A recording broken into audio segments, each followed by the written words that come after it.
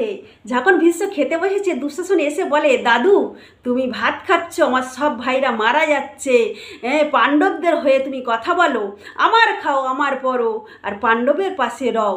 তখন ভীষ্মর বড্ড কষ্ট লেগেছিল। কেউ যদি খাইয়ে তুলনা দেয় না, বড্ড কষ্ট লাগে, ভীষ্মরও লেগেছিল।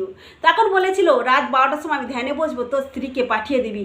দুঃশাসনের বইয়ের নাম পদ্মা।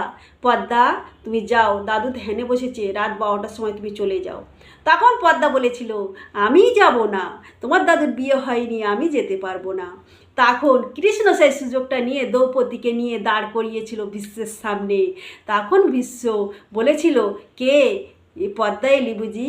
তোর শীতের সিঁদুর রক্ষায় হবে, কেউ কোনো দিন তোর শীতের সিঁদুর মুছতে পারবে না। তখন দ্রৌপদী বলেছিল, দাদু। তখন দ্রৌপদী চেয়ে দেখে ভীষ্ম দ্রৌপদী। তখন বলে, পাঞ্চালী তুই এখানে?